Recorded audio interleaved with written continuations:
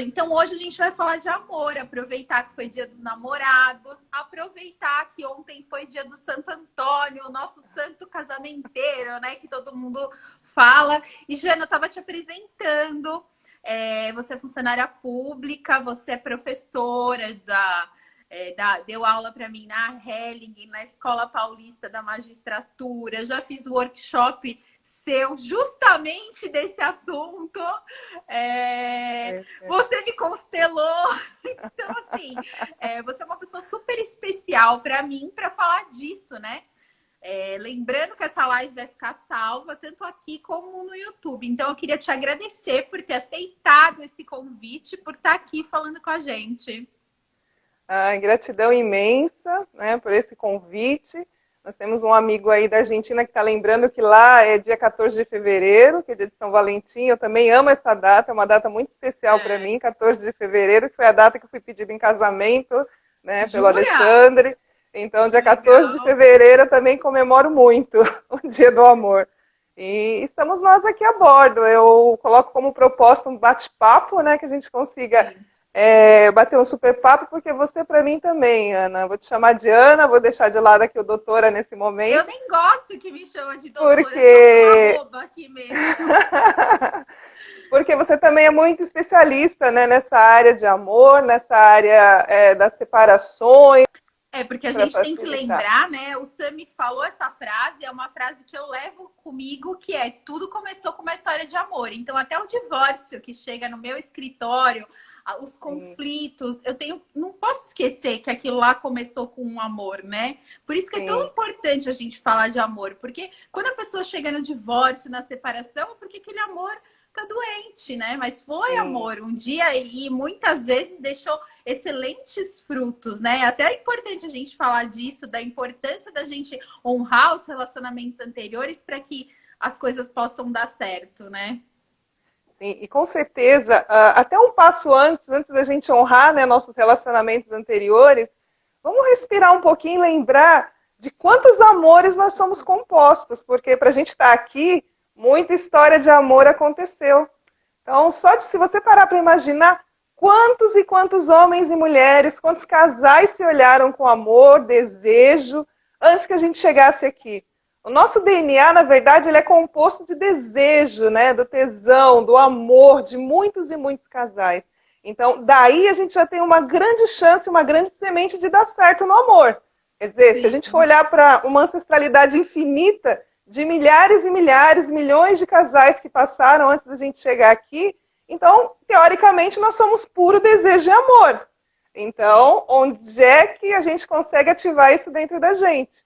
Essa é a grande pergunta que fica, porque se nós somos compostos de tanto amor, tanto desejo, tantas histórias que vieram antes, histórias fáceis, histórias não fáceis, mas todas as histórias começaram por amor. Em algum momento, alguém olhou com desejo para alguém fugiu de algum lugar para ficar com alguém teve um romance escondido com alguém, enfim, sempre histórias de desejo e amor estão na nossa formação básica. Então, vamos refletir um pouquinho, se a gente respirar um pouquinho, fechar os olhos, né, no dia a dia, quando a gente quiser se reconectar com essa força do amor, ela está dentro de cada um de nós.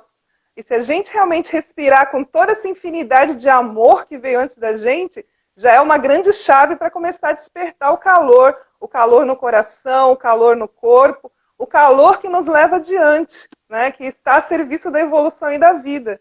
Porque o amor nada mais é do que a grande função de levar todos os sistemas adiante. Ele é o grande sangue, né? Ele é o grande fluxo para que todos nós cheguemos até aqui. E por incrível que pareça, por mais difícil que tenha sido seus relacionamentos, você que está ouvindo a gente aí, pode ter certeza que no início sempre teve uma fagulha, sempre teve alguma coisa ali que disparou uma química em você. Né? A gente não foge dessa química gostosa que no início daquela bobeira, né, que eu brinco, né, naquela bobeira hormonal, que a gente só enxerga um e o outro. Só existe nós dois na face da Terra.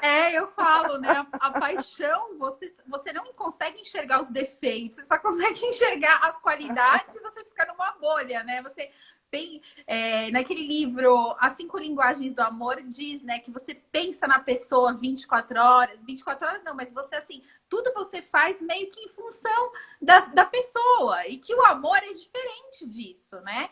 É bom a gente falar dessa diferença, porque muita gente acostuma com o fato de estar apaixonado, mas não sabe como transformar aquilo no amor e levar aquela relação adiante. Eu estava lendo aquele livro também do John Garriga. Tô acabando, tô no último capítulo. É maravilhoso. E ele fala várias coisas, assim, que é importante.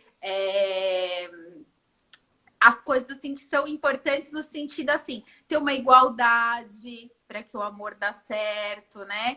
Eu queria que você falasse mais isso.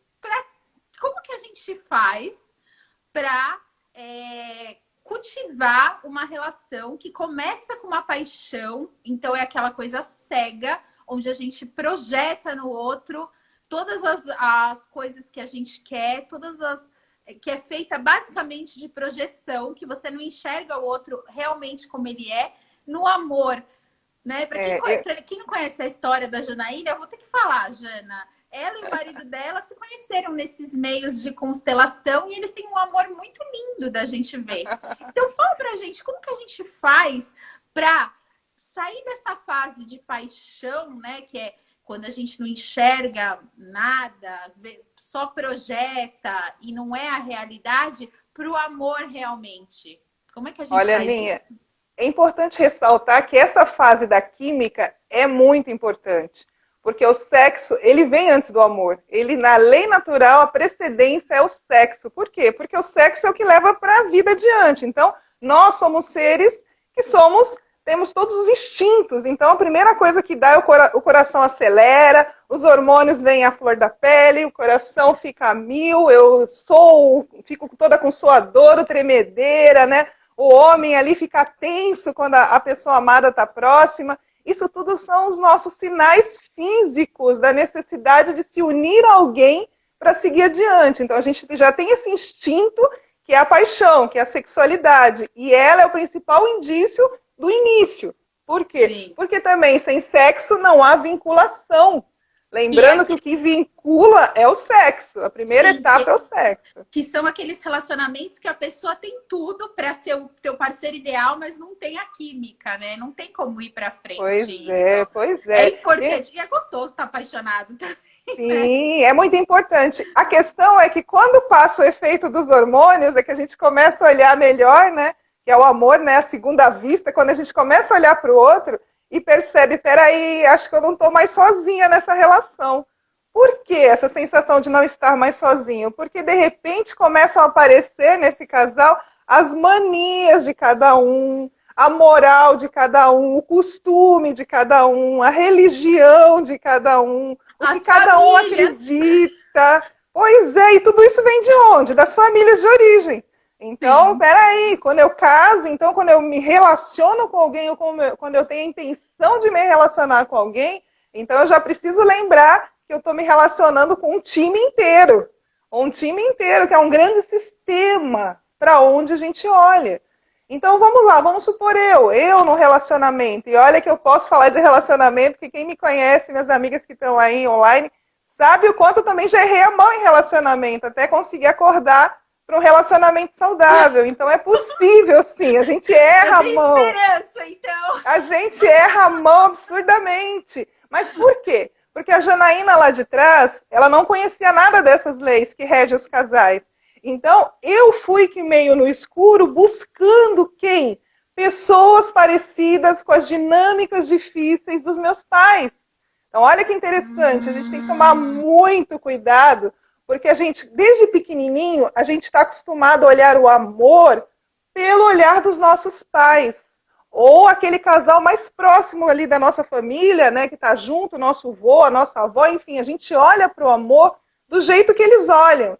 Então, se desde pequena eu vejo que, de repente, meu pai e minha mãe têm uma relação difícil, mas não se desgrudam, de repente eu posso começar a achar que, peraí, eu só vou dar certo se eu arrumar uma pessoa tão difícil quanto os meus pais foram um para o outro. Mas espera aí, será que eu estou preparada para isso?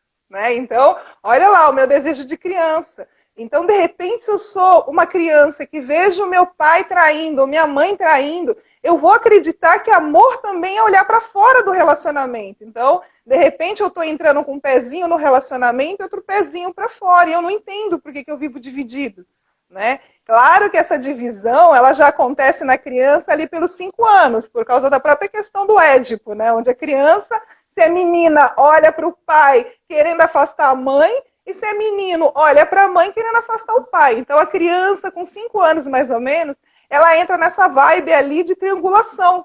Por quê? Porque ela quer ser o príncipe ou a princesa, né? Então, para ela é muito difícil lidar, ser passada para trás. Então, ali já começam umas complicações, né? Se o pai ou a mãe não souber conduzir de uma forma adequada, essa criança vai crescer com essa sensação também de estar com um pezinho dentro e um pezinho fora do relacionamento. Não. E você falou assim, se os pais têm um relacionamento difícil. Eu tenho uma dificuldade que é o contrário. Os meus pais são casados há 56 anos. São super diferentes, eu nunca vi brigando, entendeu? Então também é muito difícil isso.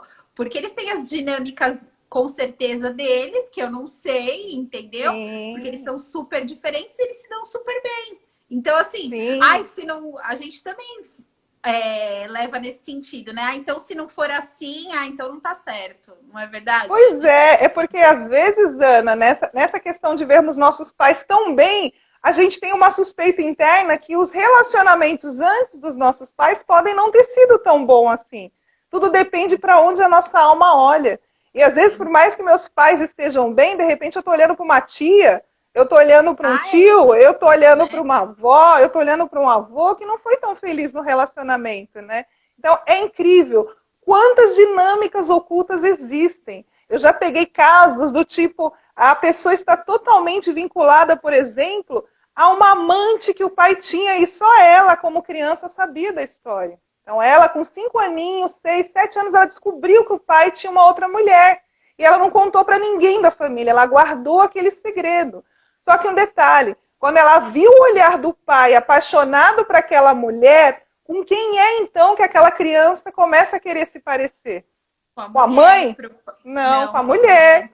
Com a mulher. O pai então, aquela criança. Pois é, e olha só na fase adulta a confusão que essa mulher se meteu. Ela só entrava em relacionamentos com homens indisponíveis.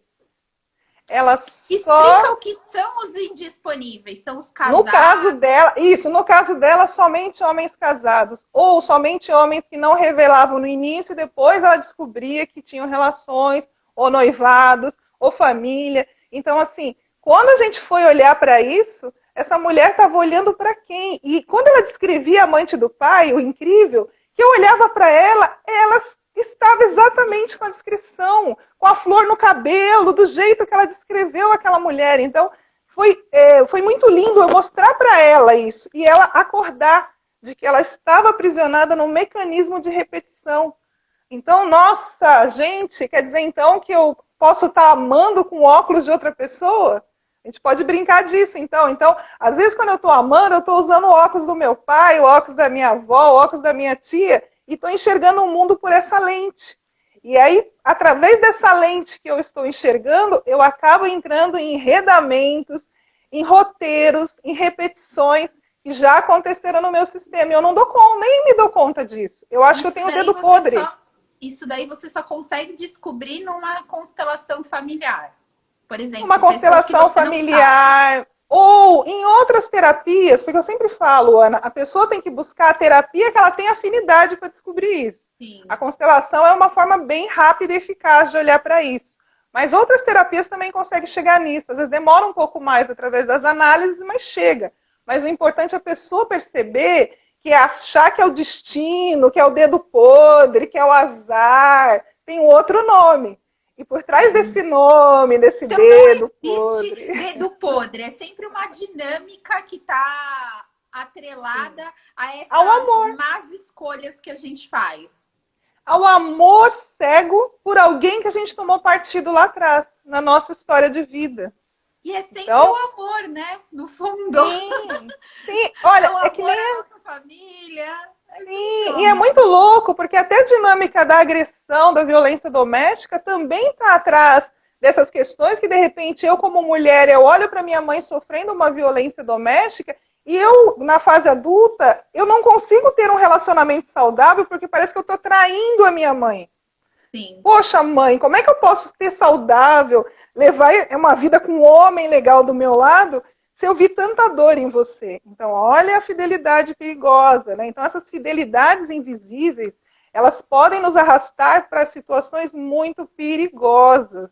Por isso que a gente precisa olhar. Ana, tem repetição na sua vida? Se tiver, você que está ouvindo a gente, tem algum padrão repetitivo de relacionamento? Acorde. Aí tem dedinho sistêmico aí na parada. Essa semana o professor Renato, que é o meu professor de formação, meu grande mestre, ele estava falando que das questões de casais, das dificuldades de casais, 70% das dificuldades de um casal é de origem sistêmica. Ou seja, quando eu estou com alguém, eu estou repleto de outras vozes aqui atrás. Então, quando o casal está juntinho, atrás deles tem muita história que reverbera aqui dentro. E esse casal, meio que sem olhar para tudo isso, ele caminha cego, né? Ele vai caminhando, tropeçando, repetindo histórias difíceis de ambos os lados e não se dando conta. Né? E é muito triste também e doloroso perceber quantos relacionamentos que tinham tudo para dar certo acabam porque o casal não abre mão de verdade se despedir dessas histórias. Eles preferem voltar para as famílias de origem do que desenvolver um novo olhar junto. E é muito triste mesmo, eu falo, porque já lidei com muitos casais ao longo desses quase 10 anos trabalhando, né, com a constelação, eu e o Alexandre, e assim, quantos casais você vê que é um alma do outro, mas não estão ali disponíveis. Para você ver, eu como advogada, né, observando assim que muitos divórcios chegam no meu escritório justamente pela boa consciência, né, das pessoas olharem para sua família de origem e achar que elas têm que ter aquele padrão, achar que a sua família de origem é certo e um fica de costas para o outro. E não se olham, não formam uma nova família. Que a gente tem que amar a consciência, né? E é uma pena, é uma pena. Imagina você como consteladora, entendeu? Sim, não só. Se tem. E não só consteladora, como gestora de conflito, porque atualmente eu trabalho há 1 ano, né, gerindo conflitos lá no Sejusc, e quantos casais que os nossos conciliadores pegam ou vão para as oficinas, e você vê ali uma desconstrução. Que nem num projeto que a gente tem de mães que não registram o nome do pai nos filhos, quantas daquelas meninas não tiveram o próprio pai presente na vida, ou seja, repetição de padrão inconsciente, e elas escolhem novamente homens que não vão ficar, né? Então, como é difícil, né, a gente permanecer no amor. Então, o convite que eu faço para vocês hoje é refletir. Será que eu realmente estou disposta a ir para a má consciência? E o que é a má consciência para quem não sabe? A má consciência significa abrir mão daqueles padrões de boa consciência do meu sistema familiar que eu carregava cegamente. Mas não significa, má consciência não significa que vocês vão para o mal, tá? Significa ruptura de padrão. Então é romper padrão. E é normal a gente sentir um pouco de culpa, né? Por fazer isso, por fazer diferente. E quanta culpa! Tem muita gente que nem sai da casa dos pais por culpa. Por estar ali, conectado com eles, tentando salvar o casamento. Quantos e quantos? Ontem mesmo eu ouvi a história de uma pessoa que está com 60 anos e continua morando na casa dos pais, causando, entre aspas, muitas histórias difíceis. E quando você vai olhar o porquê que esse filho ficou na casa dos pais, é porque os pais não tinham tendência de permanecer na vida. Então, o quanto esse filho, percebendo que esses pais, a dificuldade dos dois em permanecerem na vida e juntos, o quanto ele abriu mão de seguir adiante, de ter a família dele para ficar o quê? Tentando manter esses pais unidos. E ele ainda é muito criticado pelos irmãos, que os irmãos falam, olha aí que vagabundo que ficou em casa, não sei o quê. Mas, gente, é um preço muito pesado alguém que escolhe esse destino. Muito. Ficar em casa, cuidando dos pais, abrindo mão da própria vida, é um destino muito pesado. É dureza, não é fácil estar nesse lugar, não. Então, assim... Você fica no meio de um relacionamento que não é seu, né? Sim. E por amor. Sim. Então, voltando para aquela pergunta, é o quanto vocês estão disponíveis realmente para o amor. Porque o amor, ele representa essa ruptura com o passado e a entrega para o novo. E quantas vezes a gente fica fazendo, né, intermináveis listas de desejo, como a gente gostaria que o outro fosse. Ok, se você quer fazer lista, mas que essa lista não seja uma lista que vai fechar seus olhos para a possibilidade que às vezes está ali do teu lado. Já deixa eu te fazer uma pergunta. Vamos lá para uma pergunta prática. Tem gente, por exemplo, que estuda física quântica, não sei o que fala que você tem que idealizar o parceiro com todas as características, assim, tudo. Emocionais, físicas, se foi casado, se tem filhos,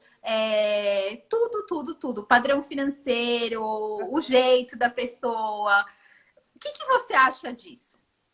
Eu acho perigoso para quem não está preparado para esse nível de ressonância. Por quê? Uma coisa é realmente você ser uma pessoa quântica que está na velocidade da ressonância e realmente você consegue plasmar algo. Outra coisa é a maioria de nós que cria essas listinhas para justificar não ter achado a pessoa ideal. Então a gente tem que tomar cuidado. Uma coisa é eu fazer a listinha. Jana, que eu faço? Jogo no lixo. O importante, Aninha... da live. Calma. O importante é que essa lista não esteja sendo feita para você ter a desculpa de, não achei essa pessoa, não fico com ninguém. Por quê? Porque o amor é surpreendente. Se o amor é da má consciência, ele pode ser totalmente fora da tua lista. Se o amor vem para te mudar, para te transformar, ele pode ser alguém totalmente fora da tua lista que vai trazer o que você precisa, o que é essencial para você, assim como você vai levar para ele o que é essencial.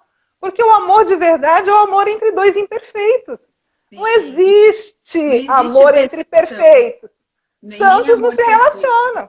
Santos não se relacionam. Então, assim, o amor é entre dois imperfeitos que busca o quê? Complementar um ao outro. Complementar. Claro, como diz a Thaís, a gente deve buscar alguém que esteja no mínimo com o mesmo propósito que a gente. Sim. Então, isso é importante, né? Uma detecção de que se você sentiu o amor, o tesão por aquela pessoa, a segunda pergunta é, essa pessoa olha na mesma direção do que eu? Por quê? Porque essa pergunta vai mostrar se vocês dois estão dispostos a ir para o novo, para a boa, nova consciência, né? Que é a má consciência de vocês, ou se cada um ainda quer ficar repetindo as histórias, porque os dois estarem no mesmo propósito significa, vamos fazer a nossa própria história? Vamos quebrar esses padrões aqui que foi da nossa família e vamos de verdade construir a nossa história? Então, o quanto a gente está disponível. Agora eu preciso fazer um alerta, Ana, tirando essas listinhas. E é um alerta que quem me conhece sabe o que aconteceu comigo. Às vezes a pessoa certa está do seu lado. No meu caso, Alexandre Vieira, que está aí na live, a gente já fazia parte do mesmo grupo de voluntariado, né, mesmo grupo espiritual que a gente faz parte. 7 anos antes, olha lá, Alexandre aí, 7 anos antes, a gente já tinha se conhecido. Frases melhores, né? Olha a frase dele. Escolher amar. Você é um ser humano ou um ideal? Nossa Senhora! Pois olha lá, vem Alexandre com tapa na gente. Alexandre, ele é demais, ele é muito profundo. E olha que doido, né? Então, peraí, o Alexandre já era pra gente estar junto desde 2005, aproximadamente. Só que a pessoa estava do meu lado e quem é que eu procurava na minha listinha interna, que é a listinha inconsciente. Você tem uma lista consciente. E na minha lista inconsciente, quem é que eu procurava? Pessoas tão difíceis quanto a história do meu pai e da minha mãe. Então, o Alexandre, mesmo a gente fazendo trabalho voluntário lado a lado, carregando cadeira, montando evento, atendendo pessoas lado a lado, a gente não se olhava de jeito nenhum. Então, assim, não tinha essa possibilidade entre nós. E é muito doido, porque a partir daí eu me relacionei com outra pessoa, casei. E quando eu estava me despedindo na separação dessa pessoa, eu conheci a constelação através do Alexandre. O Alexandre tentou me explicar sobre constelação. Ele falou, Jana, você precisa conhecer um negócio, que eu fui. E aí eu falei para ele, mas o que é? Ele tentou explicar. Gente, quando vocês tentam explicar a constelação para alguém que não sabe o que é... É difícil, né? Eu virei pro Alexandre. Eu falei, meu Deus. Pois é, eu virei pro Alexandre e falei, você tá indo em alguma religião diferente? O que é isso aí? É uma incorporação? O que é? Aí ele ficou bravo, ele falou, não, é terapia, vamos comigo. Aí eu falei, tá, o Alexandre é sério, o Alexandre é centrado, então ele não tá falando besteira, eu vou lá ver o que é isso. E aí eu conheci a constelação pela mão da Simone Arrojo, que até hoje a gente considera a nossa madrinha. A Simone Arrojo, quando eu via a constelação, eu me apaixonei pela constelação e falei para Simone, eu não sei o que é isso, mas é isso que eu preciso para a minha vida. E aí, a partir daí, eu e o Alexandre passamos a frequentar vários grupos de constelação, mas sem se olhar como homem e mulher. Isso que é incrível. A gente até que um dia conta essa história, vai. Foi muito legal. A gente estava no Tatuapé, né, lá num grupo de constelação maravilhoso que tem lá no Tatuapé, o pessoal do Instituto Evoluir. E aí nós estávamos lá, e quando terminou o evento, os psicólogos lá vieram falar com a gente, olha, a gente vai dar um curso de constelação, assim, assim, assado, e casal tem desconto. Aí a gente riu, olhou meio estranho um pro lado do outro, assim, mas a gente não é um casal. Aí eles se assustaram e começaram a falar, como que vocês não são um casal? Olhem para vocês. Então, assim, olha que louco, como eu estava vivenciando um término difícil, toda uma dificuldade, quando a psicóloga virou para mim e falou assim, mas não tem jeito vocês dois? Eu já estava de saco cheio de errar a mão, Aninha. Eu não queria mais ninguém, já tinha colocado a placa chega. Eu sei como é isso. Aquela plaquinha disponível. Sim.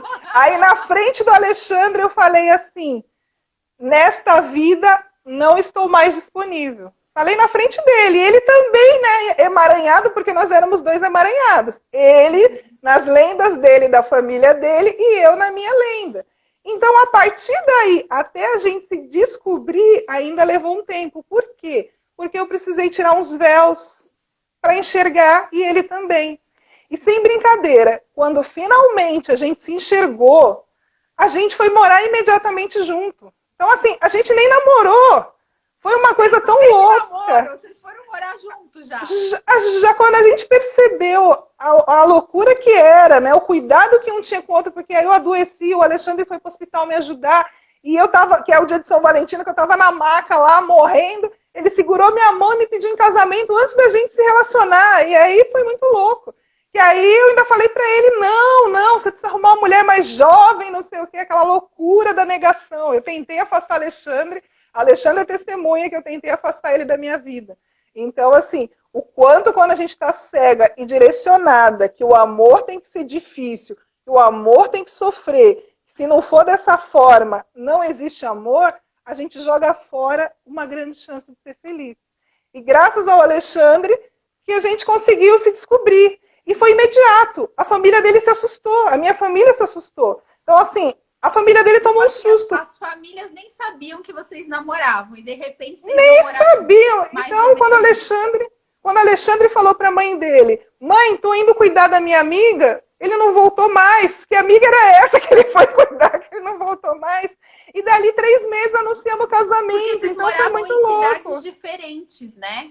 Não, a gente morava em bairros muito diferentes. A gente morava em bairros bem afastados. Ele morava na ZL e eu na Zona Sul, então era bem longe um do outro. Mas quando a gente se identificou, deu a química, a gente até hoje não se desgruda. E a gente brinca assim e fala, caramba, como pode? 2 pessoas com tanta química, que têm tanta possibilidade de viver bem, não se enxergaram antes. A gente podia estar junto desde lá, né, de 2005. Mas não, demorou todos esses anos até que a gente acordasse lá em 2011 e falasse, né, peraí, tem realmente alguma coisa aqui. E quando a gente se conectou foi de uma vez. Aí ninguém mais separou. Então nossas famílias se assustaram. Janaína, você vai casar de novo? Eu não acredito, porque a gente já anunciou logo o casamento. Então, assim, eu brinco que eu não sou namoradeira, eu sou casadoira. Então a gente já anunciou o casamento e a família chocada, tanto a família dele, que ele era aquele, né, se o Alexandre estivesse aqui perto, ele ia contar para vocês, que ele era aquele homem fechado também, ele já tinha se fechado para ser o titio, ele ia ser o tiozão da família. Live com o Ale, viu? Porque esse casal, gente, eu já conhecia, né, o Ale trabalhou uma época comigo e assim, eu já constelei com os dois, a parte profissional com o Alexandre e a minha parte pessoal com a Janaína. Então, assim, eles são muito especiais. Eu conheci a história deles, disso, que eles demoraram anos para se reconhecerem como um casal. E eu acho lindo. Por isso que eu falei assim, gente, eu preciso convidar a Jana para falar desse assunto, porque ninguém melhor do que ela para falar disso. Porque às vezes o amor tá muito perto da gente e a gente não dá oportunidade, né? A gente sempre canta aquela música, o amor pode estar do seu lado. E por que a gente não enxerga esse amor? Justamente porque nós estamos apontando a nossa flecha de Cupido para o lado das nossas famílias de origem. Então a gente precisa acordar de verdade, porque eu tenho consciência e eu sou muito grata aos meus ex. Por quê? Porque eles preencheram aquele papel e nós no passado preenchemos os papéis que os dois lados precisavam. Porque se eu entrei indisponível no relacionamento, eles também entraram. E juntos a gente seguiu por um período. E foi importante. Porque graças aos meus ex, eu pude de verdade acordar. Então eu sou muito grata a eles também pelo salto que eles me possibilitaram. Porque também não foi fácil. Teve choro, teve aquela coisa de vítima e perpetrador dos casais. Tudo isso teve esses jogos entre eu e os parceiros do passado. E foram muito importantes para que eu conseguisse olhar para o Alexandre e enxergasse, né, que é possível alguém totalmente, porque se alguém olha para nós, sabe que nós somos totalmente diferentes, mas somos totalmente grudados e complementares. Ai, que se, muito lindo juntos. Se a gente fosse... Pois é, mas a gente tem uma energia que a gente mostra que quem olha acha que muitas vezes eu sou a mais atirada. Mas, ó, Alexandre está me ouvindo aí. Quem conhece a Alexandre, as amigas próximas, sabe que de nós dois, eu sou a mais reservada. Por mais que eu fale em público, eu sou muito mais reservada.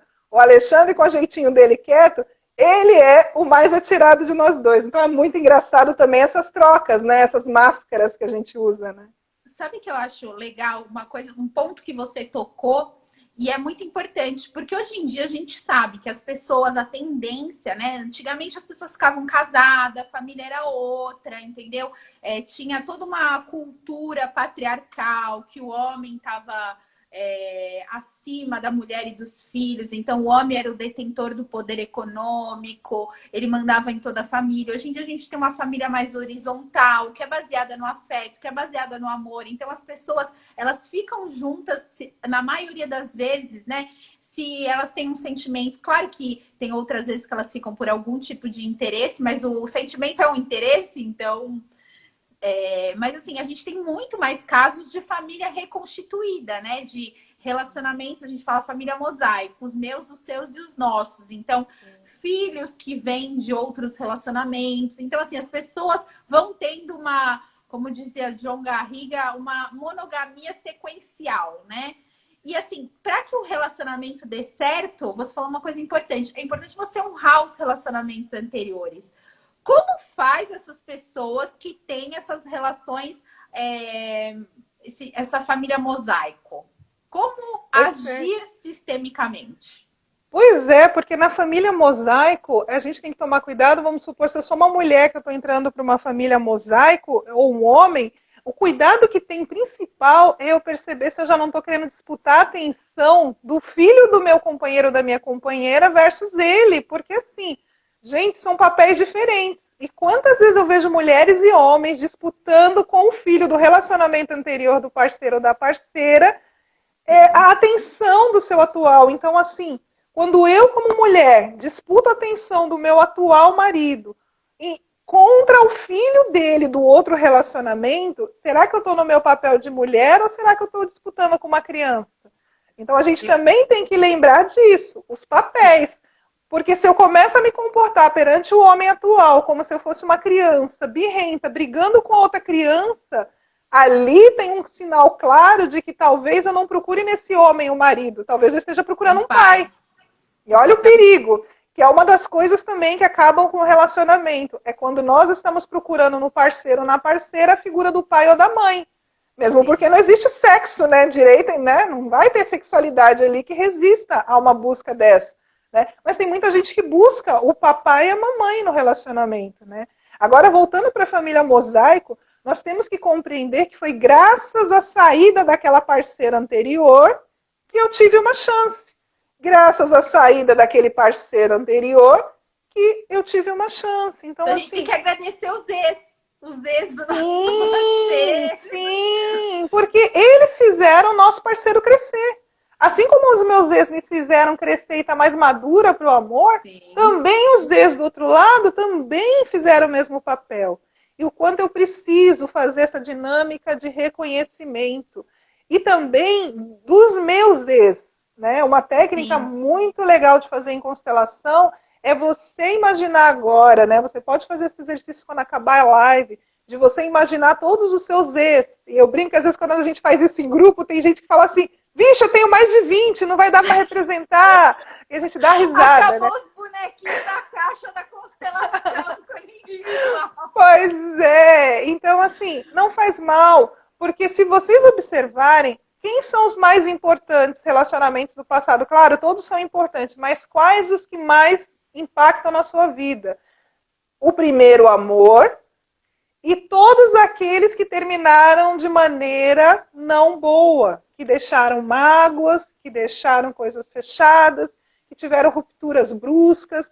Então, assim, esses são os principais a serem olhados, tá? Todos são importantes e deve ser dado um lugar no coração a cada um, no seu lugar. Você foi o primeiro, você foi o segundo, E aí você você foi o tem que fazer o quê? 14º. Mentalmente, conversando com eles, escrever? Qual que é a tua Pode. dica aí pro pessoal que tá assistindo? Depende, tem gente que é racional e precisa escrever, cada um tem um sentir, então tem gente que gosta de escrever e vai escrever sim uma despedida, principalmente com a seguinte frase: eu fico com tudo de bom e de ruim, 50%, e deixo também com você 50% de tudo que foi bom e ruim entre a gente. Porque quando a gente se despede 50-50, é uma despedida de adulto.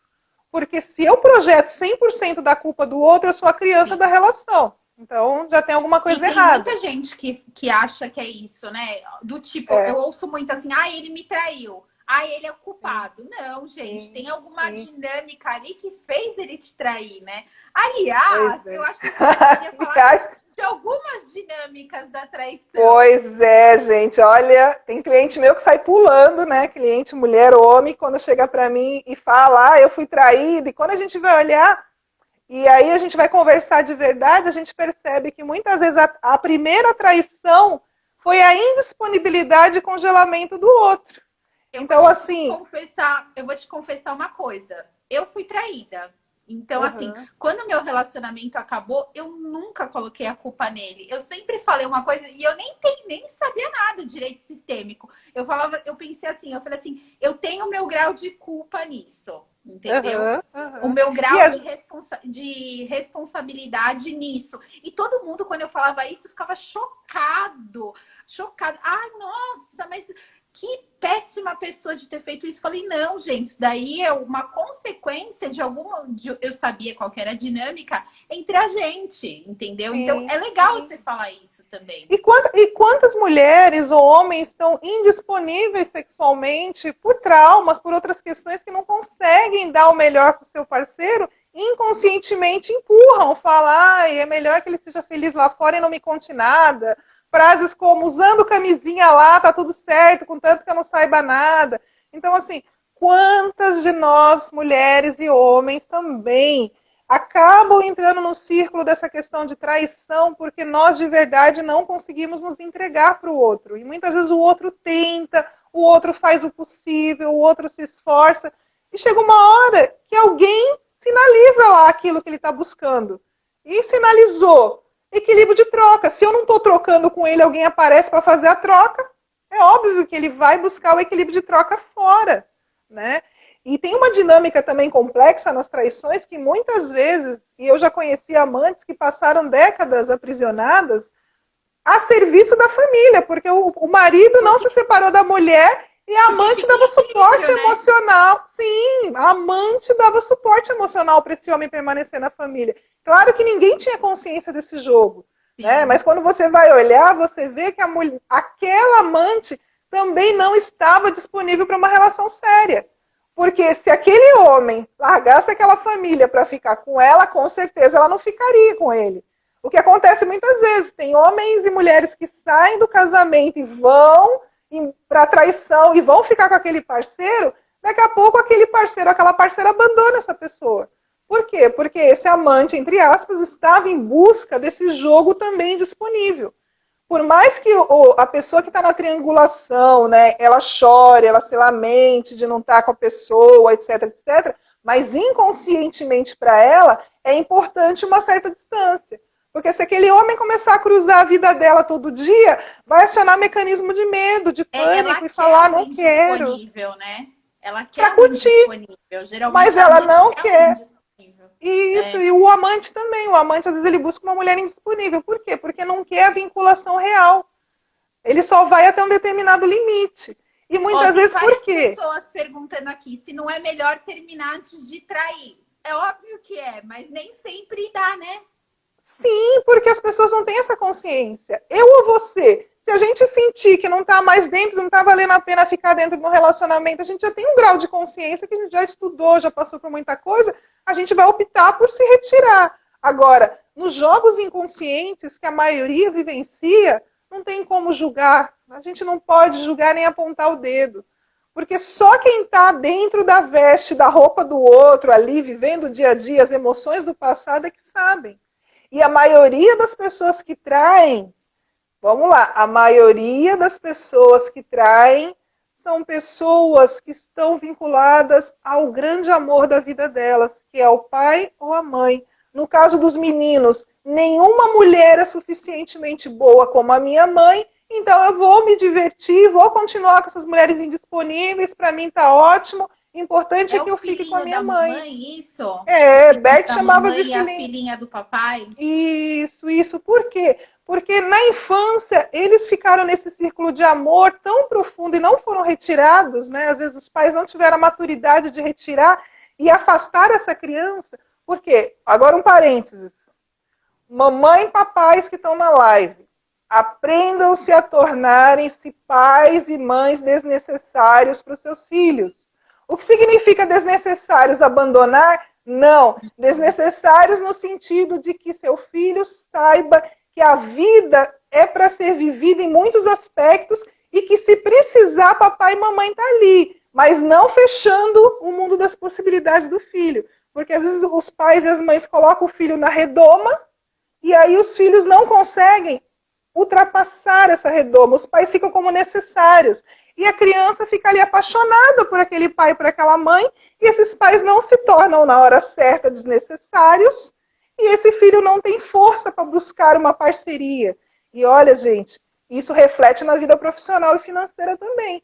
Se o papai e a mamãe fecham os filhos na sua redoma, não se tornando desnecessários, eu crio o filhinho do papai, a filhinha da mamãe, e esse aprisionamento cego de pessoas, às vezes, bem-sucedidas, pessoas que, num lado da vida, podem ser muito prósperas, mas jamais alguém vai ser suficientemente boa para ela como seu pai ou sua mãe. E essa pessoa não vai se vincular a você. Ela vai permanecer de forma indisponível. Ou se ela estiver com você, ela vai estar sempre olhando para fora. Por quê? Porque foi gravado no sistema emocional dela de que o que está indisponível ali é melhor do que o que está disponível aqui. Então essa pessoa vai sempre estar triangulando. E não pensa que é fácil a vida de um triangulador. Não é fácil. A vida de um triangulador é solitária também e dolorida. Mas o triangulador, ele prefere fechar.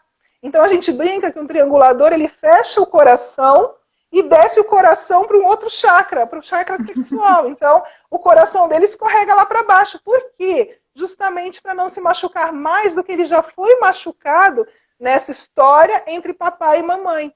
Então, aquela dor da criança de ser trocada lá atrás, ela vem à tona no adulto de forma inconsciente. Então, um triangulador, ele sofre pra caramba também. Então, por isso que a gente sempre tem que olhar para os dois lados. Falam que aquele cara, o Dom Juan, da síndrome de Dom Juan, que a arte dele é conquistar. Conquistar, geralmente, ele é o filhinho da mamãe, né? Porque ele fica com todas as mulheres e nenhuma é boa o suficiente igual a mãe, exatamente como você falou, né? Pois é, assim como também as meninas, né? Que a gente pode chamar de as donas Joanas, as Dom Juanas, também tem de monte, tem Elas muita mulher, eu conheço. Seduzem, né? E depois não Sim, conseguem não ficar querem com ninguém, né?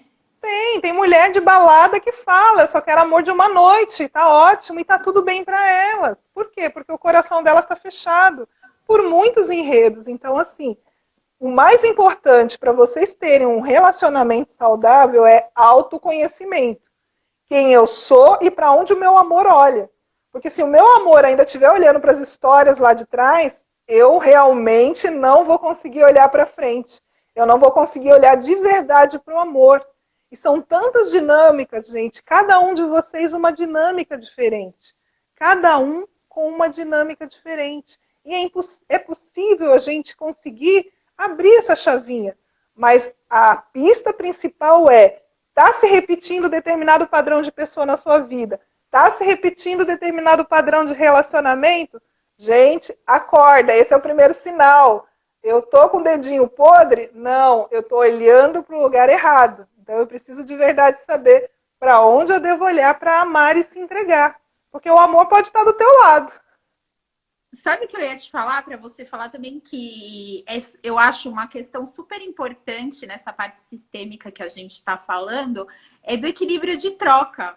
Porque quando não há, né, esse equilíbrio de troca, também tem uma tendência para traição. Aquele que deu muito, ele tá sempre cobrando, e o outro tem a tendência de sair da relação, porque não tem como retribuir. Então, fala do equilíbrio de troca para a gente conseguir ter um amor que dá certo.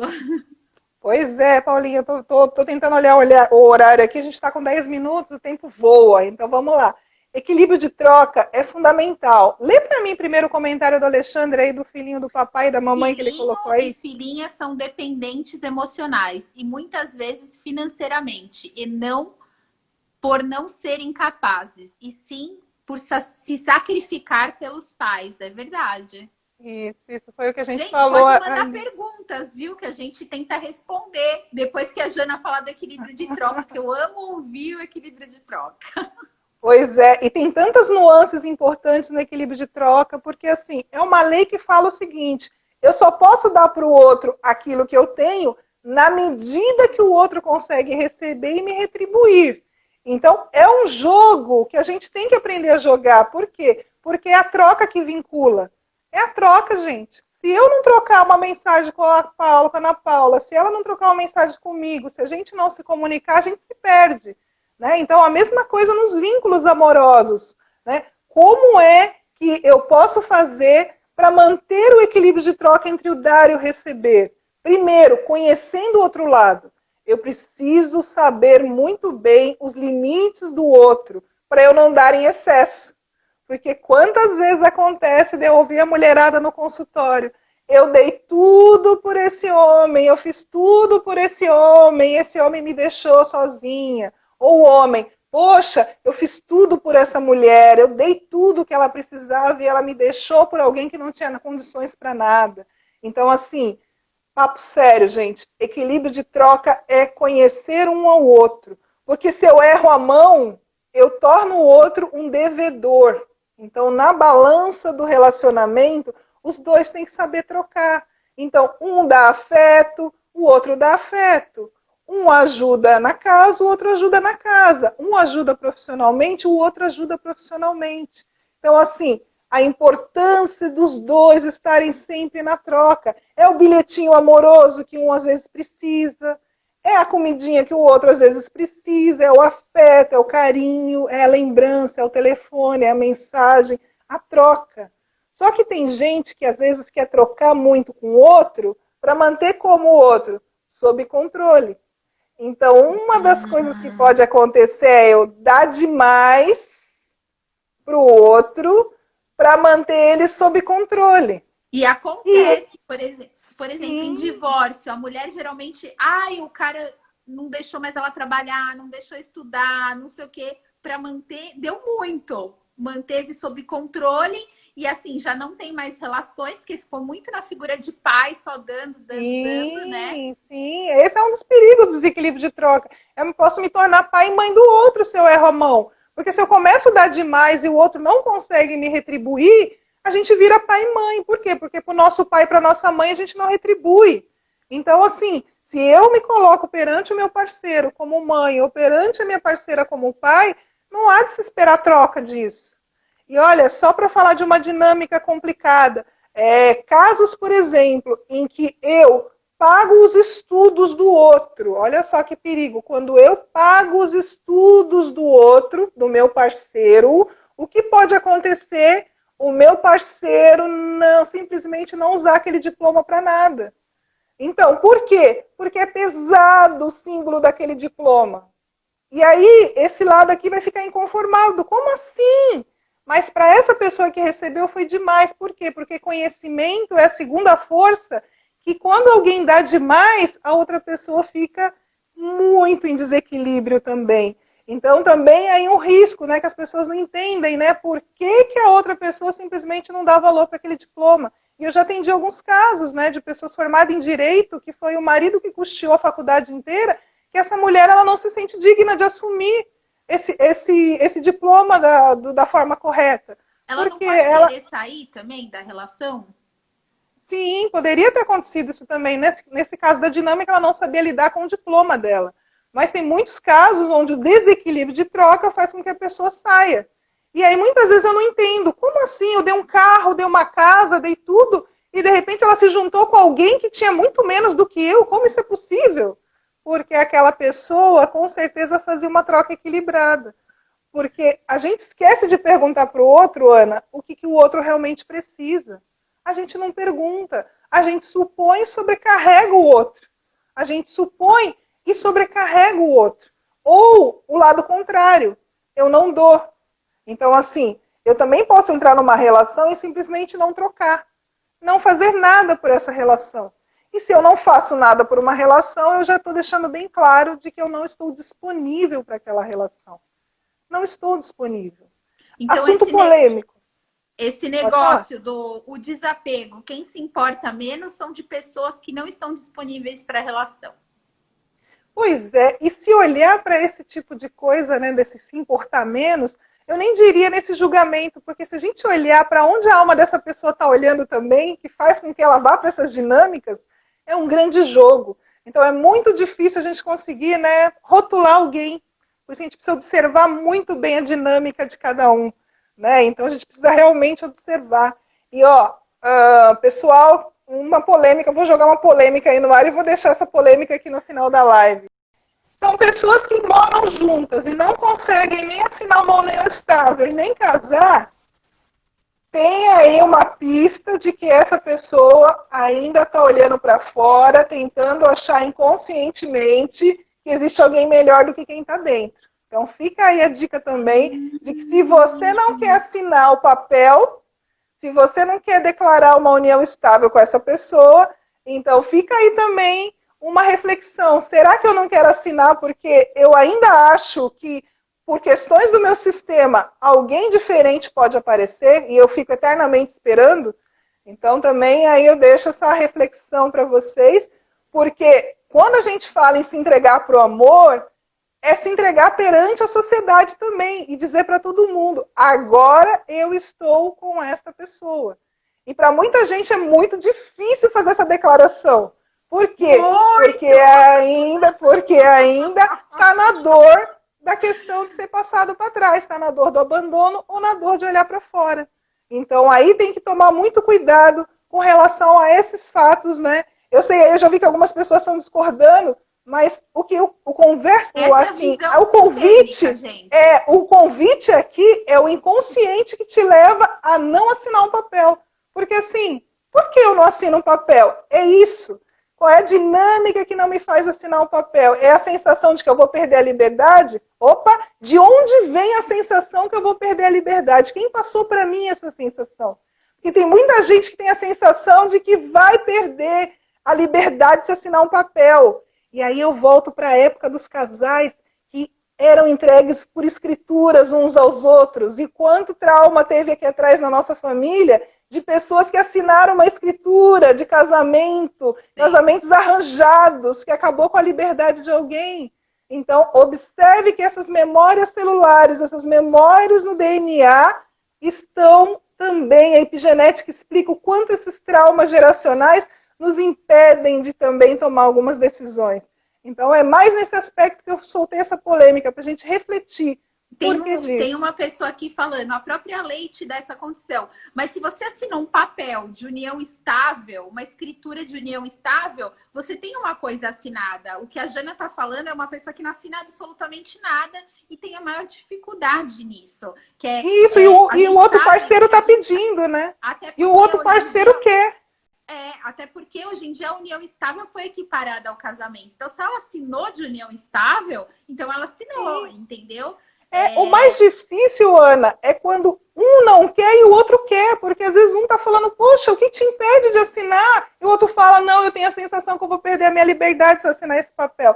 É disso que nós estamos falando, as dinâmicas desse casal. Por que que um quer e o outro não consegue? Então, sempre é importante olhar para essas dinâmicas, porque existem outras histórias ancestrais aí de casamentos arranjados no passado dessa família que trouxe trauma para quem está tentando só ser feliz hoje. Então, é muito importante a gente acordar de verdade, né? Para o que move a gente. Porque muitas vezes, e assim, a pessoa às vezes está se apegando só à questão do papel. Mas se a pessoa não fez uma festa, não fez um símbolo, não simbolizou para a sociedade de forma nenhuma que ela está com outra pessoa, tem gente que nem coloca uma aliança. Então, assim, se eu não simbolizei, tem alguma coisa aí por trás. Tem gente que não posta nem em rede social uma foto juntos. Pois é. São muitas dinâmicas, né? E cada uma Olha, com um lugar especial. tem uma Vai cair notícia a muito live. triste para te Vai dar. cair a live. Essa live vai cair. A gente tem 1 minuto e meio para se despedir. Eu acho assim que não teve pessoa ideal para fazer essa live comigo, porque eu amo ver tanto você quanto a Lê falando desse assunto. Ficaram várias perguntas aí. A live vai ficar salva, tá? No meu IGTV. E a gente vai ver se a gente marca uma segunda etapa, né? Porque agora o pessoal quer mais, Jana. A gente marca uma de perguntas e respostas. Então tá bom, gente. Olha, Gratidão imensa. Muito Gratidão obrigada, imensa viu, por Jana? vocês. Você Obrigada, é Ana. sensacional, sempre me ensina Eu que muito, viu? agradeço. Muito obrigada aí a todo mundo que está ouvindo a gente. Até a próxima. Um beijo grande. Tchau, Tchau, tchau. gente. Beijos. Obrigada por terem ficado aqui. E vou deixar salva. Jana, não tenho nem o que dizer. Super obrigada, viu? Tchau, Obrigada. gente. Tchau, tchau.